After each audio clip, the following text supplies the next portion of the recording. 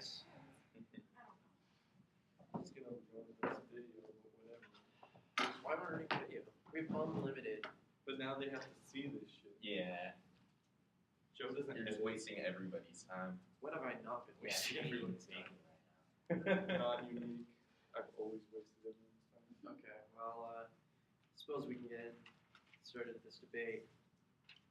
I'd like to thank my opponents here. I'd like to thank my partner, the audience members, computer. It's an important debate, so get into this. This House should try harder is the resolution for today. And it's an important debate. So observation one, subpoint A is a policy. It's a policy because should implies an action.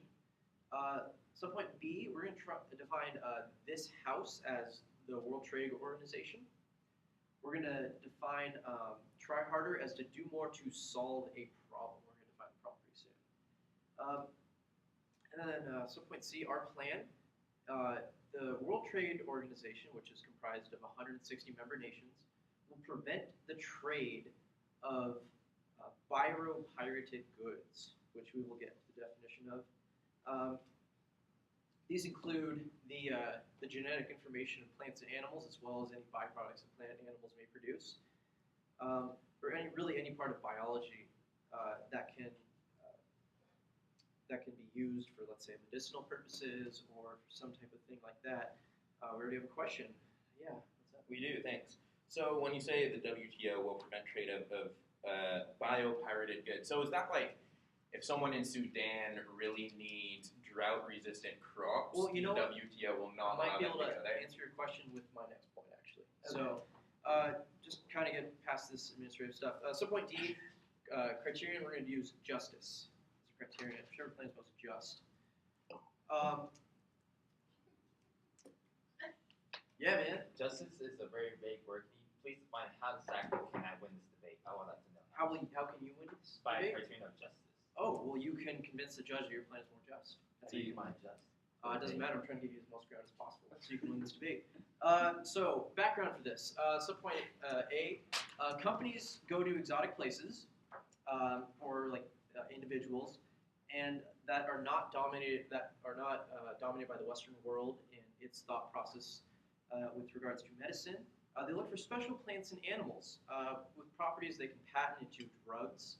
And then subpoint B, using this knowledge from that is often provided from indigenous groups, they will find out where these plants are, what their properties are to the local people, and how they can exploit it. Subpoint C, they rarely compensate the people in a just way. It's almost never enough. Sometimes they'll give a little bit of money here and there, just like, hey, guide me to this cool tree. But the companies make exponentially more than these people ever make. Subpoint D, this is intellectual property stealing. It's biopiracy. And by biopiracy, we mean they're stealing information and goods from nature, from biology. And it's also a form of biocolonialism in that Western powers or heavily Western influenced people are exploiting other areas that don't have similar viewpoints as the Western world. In addition, the U.S., among the many World Trade Organization members, the U.S. has patent laws against patenting various plants as well as certain genetic information, and most nations have similar laws, so we're dealing with a very unilateral system in the World Trade Organization. Advantage one, cultural and tradition. These companies take resources from these people. Subpoint A, our case study is going to be with the Maasai people in Tanzania and Kenya. They have a tree called the Lasai tree, and the bark of this tree has medical properties as well as some cultural uses. A Swiss company came in to the Maasai people, and they found out this tree they have can be used to cure malaria. And so what the Swiss did, the Swiss company, they came in, they patented it, and they patented it worldwide. And so they're the only ones who can sell the byproducts of this Lasai tree bark, and they essentially stole it from the local people. They prevented the Maasai people from selling it themselves, and they prevented the Maasai from using it. Subpoint B, they're using lots of money to prevent this. So subpoint C, our plan will stop this because the World Trade Organization will not trade the biopirated goods, meaning that whatever patents the Swiss get wouldn't matter because they wouldn't be able to sell it to a global market if they intended to make a ton of money off stopping malaria. In addition, this will allow other companies and other people to come in and make it, which will lower the cost of it. So some impacts, it's good for the Maasai people because these patents make the drugs, this patent will prevent access to this tree that they use for cultural purposes, and then patents are expensive in that they make drugs expensive because if only one source has the drug, you have to pay them whatever they ask. And another impact is we're going to keep the Maasai culture going, keep their way of life going. You had a question? Yeah. So I'm interested. So this tree could be used to treat malaria. Were the Maasai people using it to treat malaria? No, they were not aware of that. They simply use it for there's other medical properties it has. They use it for certain injuries they have, but they also have very specific cultural uses for it. It has a lot to do with their worldview, and it's an important thing, is what I'm getting at. It's an important thing for them. So advantage two, you can tagline this, free the genes. So subpoint A, another case study we're going to go with is Monsanto. So Monsanto went into China, and they found a very specific kind of soybean. And they patented the genes of this soybean, and now they are the only ones in a global market of all the World Trade Organization members who could sell this soybean, even though it had existed indigenously in China for a very long time. And so what Monsanto did is they stole the ideas and the natural genes of this thing, and now they're the only ones who could sell it. And subpoint B, as long as, or link is that, as long as they're allowed to keep doing this, they will keep doing it. And subpoint C, our plan stops this. They can no longer sell this thing because the World Trade Organization would not trade biopirated goods. And so impacts is that we're allowing crops to be used locally, we're allowing them to be cheap, and we're preventing them from being in a monopoly. Yeah, good question. Isn't patents on medicine normal throughout history, even without? But not on genetics, that is not a normal thing. In fact, having it in a monopoly is definitely not a normal thing because many cultures have competing medicines that reduces the price for everyone and is good. I'm out of time, so thank you.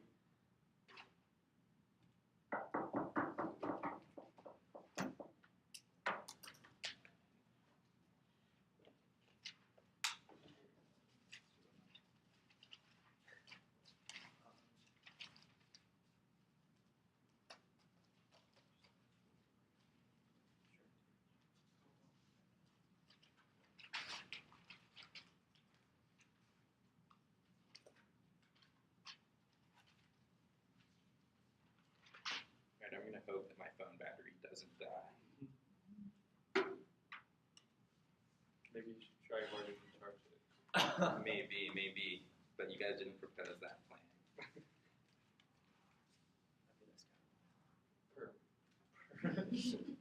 All right, roadmap. I'm going to go case, and then I'll go off case. Or I'll go off case first, excuse me. First I'll go off case, and then case. This house should try harder. So it seems like the resolution is telling us that there is some big problem that some body literally needs to try harder to fix. So first I have a T because I think that the government team should be topical, and they're not in this case. So the topicality is going to be on the phrase try harder. The counter definition is that try harder means that somebody has to increase their current efforts. For example, say if someone says you need to try harder in math class, they're not saying that you need to completely change what you're doing or do something new. They're saying you need to put in more time and efforts into the things you're already doing. Study for longer, spend more time on the homework, things like that. The violation is that their plan has nothing to do with current efforts already in progress, and that it's an entirely new change. Standards, I'm going to go with education. We should be talking about try harder, meaning like how do you work with the current efforts already in place and actually within the system make positive change. That'd be better for education, not like, well, let's just fiat something entirely new, which you can't really do in the real world. Next is common person standard. That the common person standard is like if you're walking down someone on the street and you're like, hey, you need to try harder at not being violent or whatever, try harder at anything. That essentially they're going to realize that, oh, that means that I need to like do what I'm doing but better, not something new.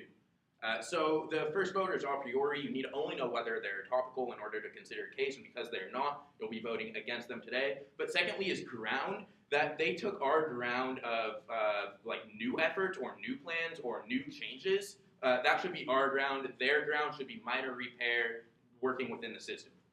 So you're going to be voting on the T. Now, let's get into our first disadvantage. This is disadvantage 1 of masking. We think that it's really important, the opposition team, that we really try to solve the critical problems in society, the ones that, like, it's the perfect forum for us in an academic environment to do that. So our A point with our DA1 of masking is to look at racial inequality. Racial inequality is defined as the vast disparity in wealth, justice, access to education, among other services. And this is just some background on it under the A point. The wealth gap tripled between blacks and whites from $85,000 in 1984 to $236,000, $500,000 in 09. So we can see that this problem is getting worse. It's not getting better, as some of us might think. Like, oh, we elected a black president in 2008. The stats clearly show it getting worse. But if that's not enough, let's look to the Pew Research Center. They found that in 2009, white households made on average 20 times what a black household is making. So we can see a systematic increase of the wealth disparity, especially in African American communities. Yeah, you have a question? Yeah, what areas are you seeing this inequality happen? Any area where there is poverty, where there are ghettos, where there are things like that. Ferguson would be an example. So in America? Anywhere that it takes place, and I'll get to that with the case. So B point, the link is that their plan doesn't address this increasing problem that's getting worse, that's currently in the media. They just choose to ignore it. The C point is that here's what that actually means. Here's what their actions actually mean. An increase in violent protests and riots like we saw in Ferguson just yesterday, or excuse me, 2 days ago, where 25 businesses were burned to the ground and 200 shots were fired. But what's maybe even worse is that when you have that violent protests and riots, you also have an increase in the militarization of police as they try to get the upper hand. So you have this real cycle of who can bring the bigger gun to the fight, and that's what we're seeing happening now, and that's what we're seeing happening in Ferguson. The D point impacts. First is that their plan contributes to the cycle of violence by allowing this to go on, by completely just ignoring the issue. And if they want to say that they're not ignoring it, then they should have some good off-case responses. But the most important impact, this is number 2, this is the intergenerational impact of poverty and injustice, where it's not just the people who are alive today, but the offspring of those disadvantaged minorities who are not given the same rights and same respect of, for example, like whites in America or elsewhere around the world, are going to feel this intergenerational devaluation and loss of self-worth, which ultimately is just really, really harmful to quality of life and is just painful to see. Yeah. Can you give me an example of an intergenerational impact? Yeah, I just did. So it's something where it's like the next generation will what's some harm that comes about from that? Just that poverty continues and it all continues. Next is disadvantage 2, and this is going to be why trying harder is bad. And so I'll tie this in and it'll kind of apply to case. So the A point is that there's a Harvard psychiatrist, Daniel Wagner, who proposes this theory of why trying hard is bad. And on face, it might seem counterintuitive. But what he shows is that by trying harder, people overexert themselves and end up actually not doing as well as they could have done and actually ignoring things that they should have been focusing on. So this is where we're saying like racial inequality. The B point is that their plan, essentially, okay, so this DA doesn't link if they're not topical. If they say they're topical, then this plan links in that they're trying harder. We don't think they're trying harder, so we say no link.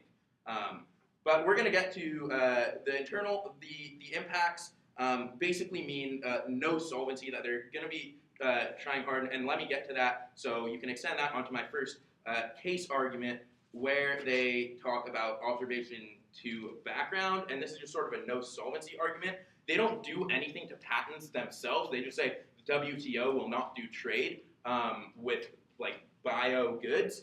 So basically what this means is that companies are still going to take that resource and patent it and keep it, and they'll be able to sell it within their own country. Like, for example, the U.S., who has all of these big pharmaceutical companies. All it means is that we're going to be taking from them and just keeping it here. Instead of taking from them, researching, doing, and finding out that it cures malaria, and then taking it back and helping them be free of malaria. So it's a no solvency argument. Let's get to their advantage one. So they talk about in their A point this Olasuki tree that the Maasai people found culturally important, and then a Swiss company came in, realized that that tree cured malaria, and then they used that tree to cure malaria.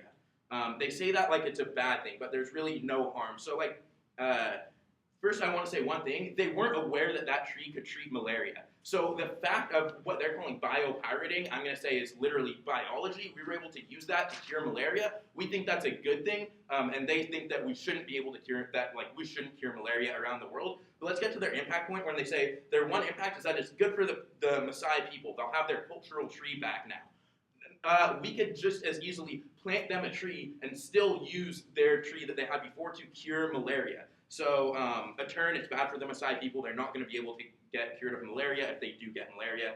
Next advantage is a turn on the cheapness of crops. Crops are not going to be cheaper. They're going to be more expensive because they're not going to be able to be produced on as large a scale. So you're going to be voting opposition today because we really are here for justice and racial justice.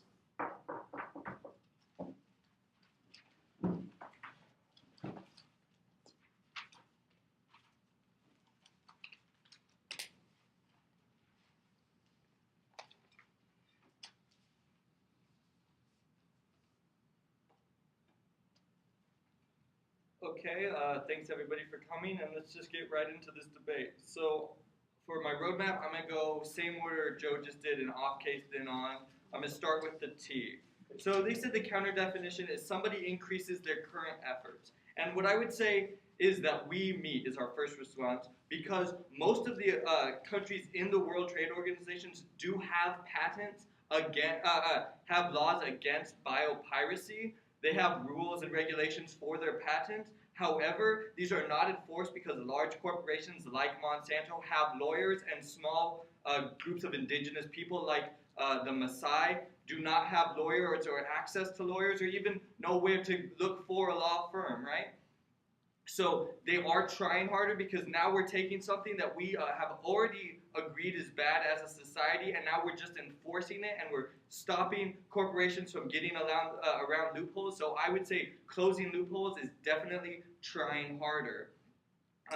They say our plan does not deal with current efforts. It does, because in the World Trade Organization, it's a coalition of countries, most of which have those laws, so we're trying harder to enforce those laws. So since it's a unilateral, it will be like a group effort to try harder. So it's like in his example of you have to study more, you're starting a study group because you're trying harder for the test so that you'll pass more.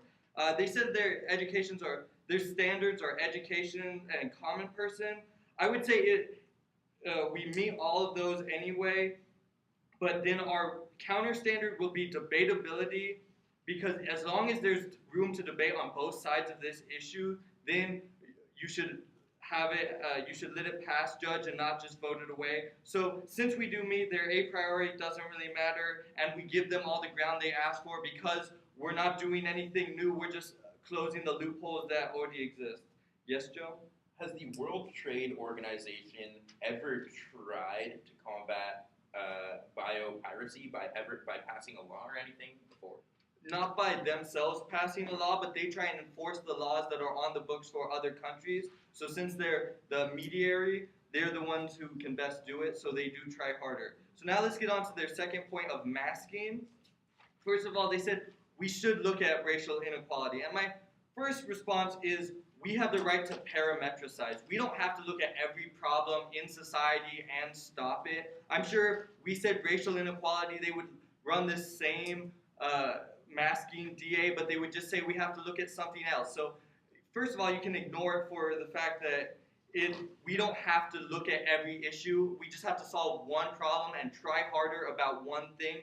nowhere in the resolution does it say we have to solve racial inequality or every problem. Second is we do meet, because by decreasing these monopolies, like my partner says, we're decreasing the wealth gap, which they said was the entire problem. Because corporations like Monsanto prevent local farmers from collecting their own seeds or being able to plant crops that they've been growing for years, those farmers lose money. They have to pay money to Monsanto. They have lawsuits, and they can be forced out of business even. So by increasing the farmer's job, in some sense of the word, we do decrease it, even though it's not as much as they say probably. Then their link is that there are riots going on in Ferguson. First of all, I'd say there's 0 deaths, but there is a lot of deaths due to starvation, which more farming, more farmers would increase. So we actually deal with the bigger problem here. Then they said we contribute to the cycle of violence,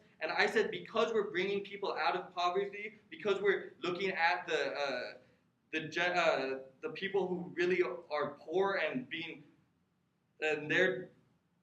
we're like defending against Monsanto. We are stopping this cycle of violence. Gandhi said that the worst creation of violence is poverty. So because poverty exists, violence exists. We're working to prevent that. So yes, Joe. Yeah. So this is sort of in response to when you say you meet of decreasing the wealth gap. Like, where are all these farmers located? Because my understanding is that farmers generally are not concentrated into the inner city where there's rampant poverty and racial inequality. Well, to cite the question my partner asked you, you said this could apply to anywhere in the world, anywhere that poverty is happening. So even if it happens in China, in rural Arkansas or Tennessee, wherever it is, we're still fighting it in some sense of the word. So, Judge, you can just ignore this DA, and it has really no impact because we're fighting poverty, which is the worst creation of the cycle of violence. And then now let's go to their trying harder is bad. They said a Harvard psychologist said that people overexert themselves and they ignore the real issues, and that that this links if we're topical. I agree that this might link because I do agree that we're topical, but I say it has no link because we aren't the World Trade Organization is not a single person. It is a group of people. It's a bureaucracy that has resources. It doesn't get tired. You can hire more people, or you can start a new branch to do this. Yes, Joe? Sorry, can I just get an answer? Does it link or does it not link? It links in the fact that we try harder. It doesn't link because we are not people who can overexert themselves. So it links in the way that we are trying harder, and that might be bad, but this Harvard psychologist deals with the people's psyche and their brain, which last time I checked, the World Trade Organization does not have like a brain or a psyche that gets tired. It's just, it's a government entity or like a quasi-government entity that it's a system that can like delegate tasks so they don't miss anything. All they're going to do is start enforcing a law that they usually do. They don't get tired. They don't overexert themselves. They won't do anything like that. Okay, so now get on to case. On background, they said the WTO has no authority because it doesn't deal with the patents, but Monsanto or whatever, or like Pfizer, the chemical company, will not take this product and then make it in the United States and then sell it to to places that have malaria because the WTO would prevent the sale. So they don't let you export or send in goods or sell goods that are biopirated. So it doesn't matter where you take it along the road. They just, once it's there, you won't be able to sell it. So they won't be able to sell like these medications. And then let's get to their protection, to our next DA, our next advantage of protecting culture. That they said that we're not curing malaria, and all that we do is not cure malaria. I would say we cure malaria better because since these cures already exist, you are making the cures cheaper and public domain. That means anybody can do it. That means a pharmacist in Africa can make cures. He doesn't have to wait for Pfizer to send him a shipment. He doesn't have to fear that Pfizer is going to sue him. So we're increasing the amount of malaria drugs. And then they said this makes crops more expensive, but because farmers no longer have to deal with lawsuits and they can reharvest their seeds, we're decreasing the price of food, and so we don't have there's enough food in the world to feed everybody, but because so much of it is wasted, we don't. That's why there's hunger problems. It's not because of a lack of food, and we're making crops cheaper and more expensive, cheaper and more available because farmers don't have to deal with corporations like Monsanto suing them. Thank you.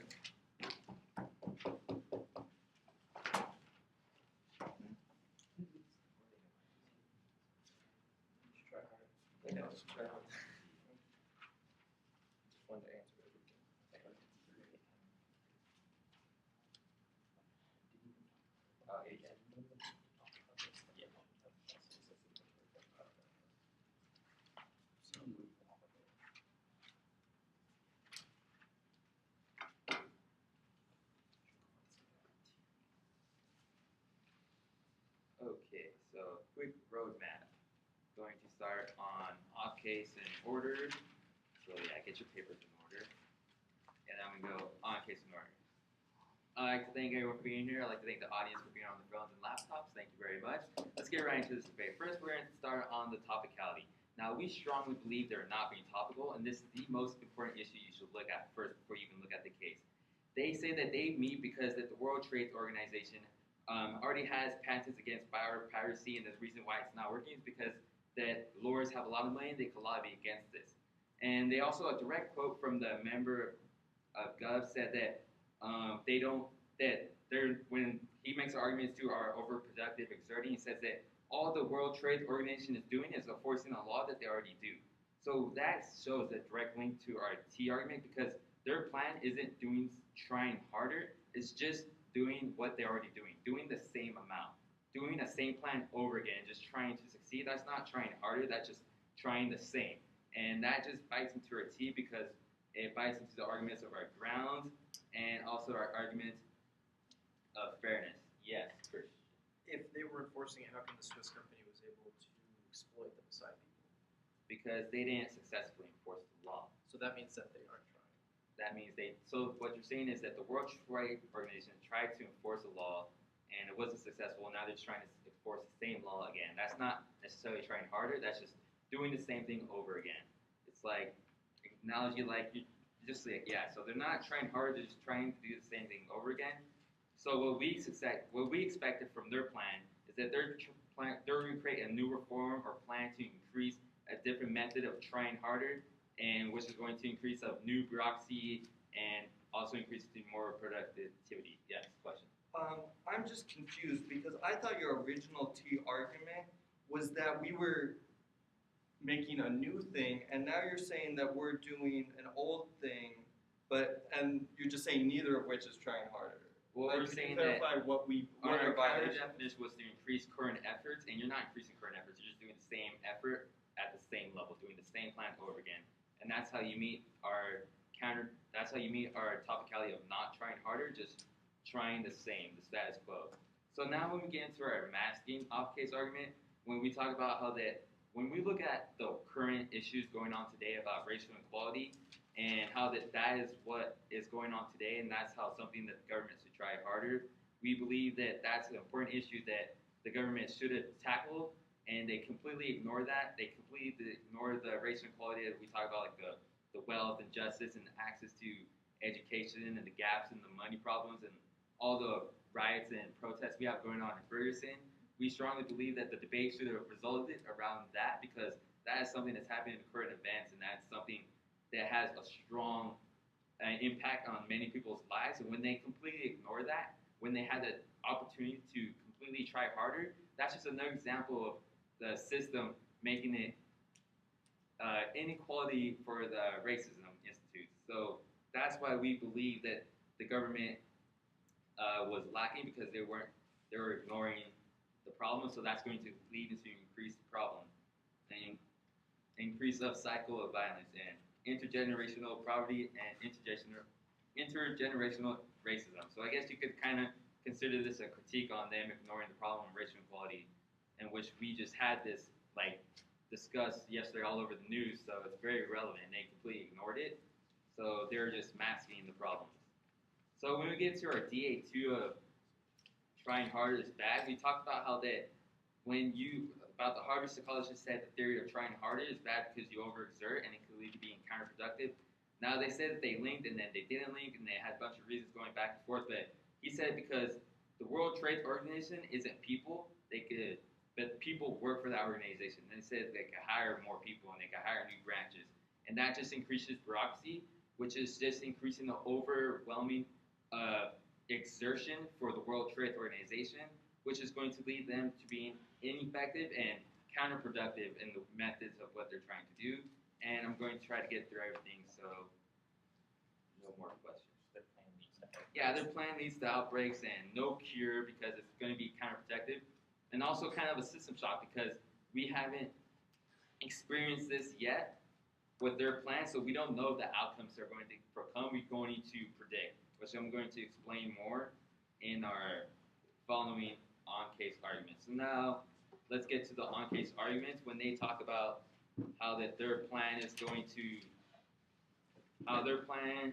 good for the Maasai people, but what we feel is that we should do what's good for the world.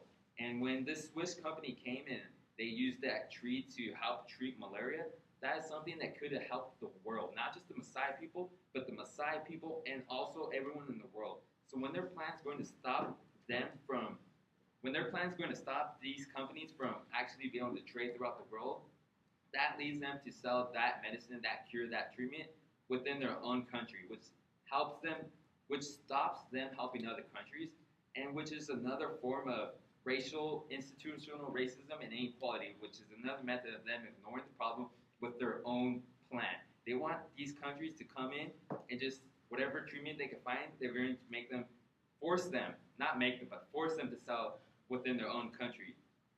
And also when they said that their plan, also another reason why the plan has no solvency is because that when they talk about how that lawyers have a lot of money, lawyers will always find a way to get around this plan through lobbying and legislation, so they're just going to see no solvency from their plan because these corporations have a lot of money and they're going to be able to lobby against anything their plan enforces, especially when their plan has no enforcement at all. So what's going to happen when they do this? No enforcement at all, they're going to go to jail, they're going to get fined. There's going to be no enforcement at all, so there's going to be no reason for these corporations to go against the plan, especially when they have billions of dollars. So their plan also has no solvency at all. It's just going to lead to decreasing world relations between countries, helping other countries, and solving for healthcare issues. And another thing, when they say that they're on their advantage too about how Monsanto and taking the China beans and said that their plan is going to not allow them to do it anymore, the plan solves for that. But again, corporations can tap themselves selling within their own country, so that's also no solvency. And also there's a thing called the black market, which corporations can sell these illegally and easily get away with it last minute. And these corporations can easily get away with it, especially when their plan has no enforcement at all for these type of things of like selling products illegally through the black market. So that's just going to decrease their solvency, actually no solvency at all. And it's also more dangerous to pass their plan because there's a correlation between black market and increasing the violence because of illegal trade. So their plan is going to increase violence because these corporations are going to hire some criminals to do the illegal trading, and these criminals carry guns. And so when these deals go bad between selling drugs and their cures or whatever they find from their evidence of medicine, that could lead to some very violent and bad things will happen. So overview of this, they're not being topical because they're not trying harder. They're just doing the same thing over and over again. That's not trying harder. And also their plan is bad because it ignores racial inequality and just increases through racial inequalities. And it's bad because of violence. Thank you.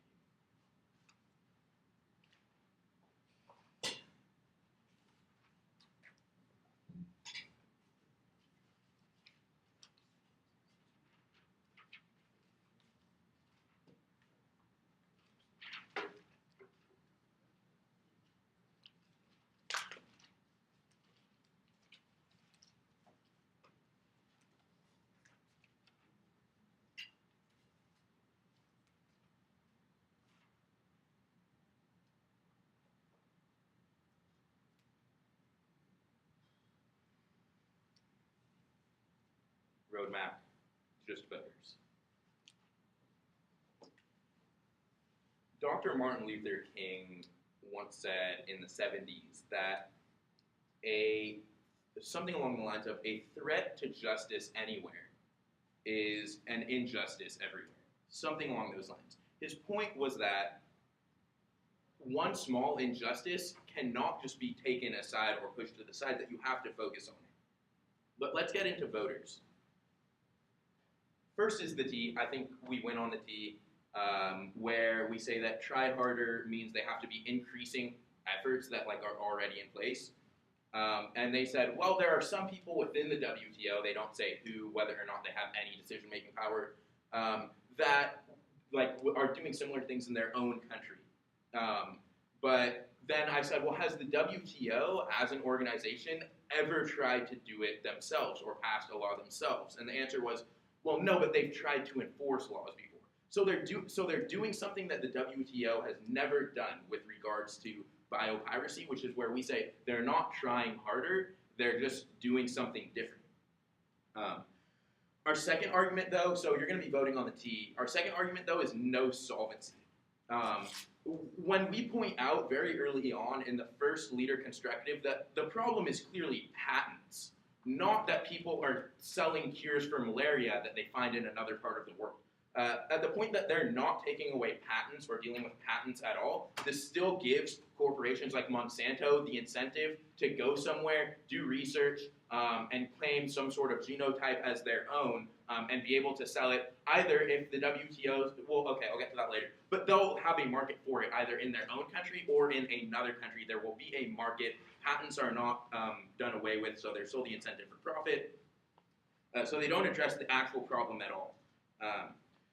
But the other no solvency argument is that the World Trade Organization has no real jurisdiction. They don't actually preside over these kinds of things. They're more about sort of interest rates, and they also work hand in hand with the World Bank. The World Trade Organization, and they've given us no background. And I've made the argument that already they're an organization that oh, my phone just turned off, so I don't know how much time I have. But they're an organization that doesn't have the jurisdiction. Thanks.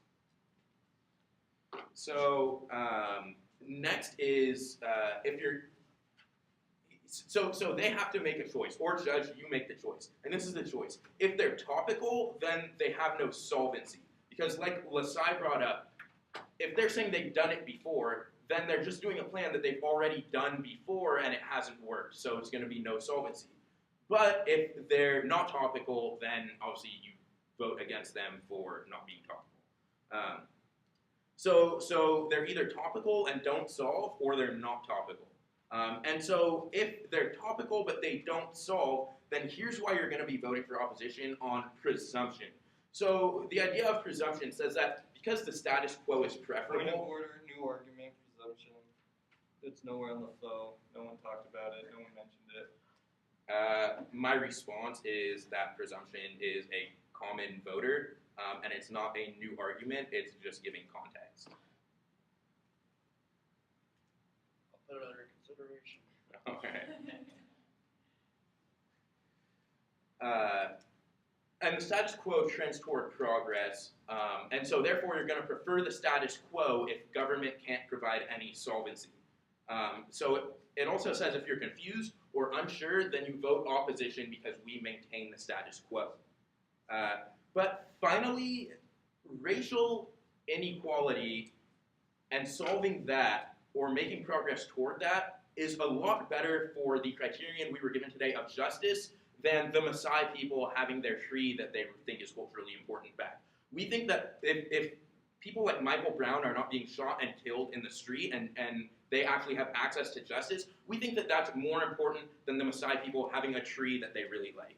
So just as MLK was talking about an injustice anywhere is a threat to justice everywhere, their plan is a threat to justice everywhere, but furthermore, doesn't even solve. That's why you're voting on.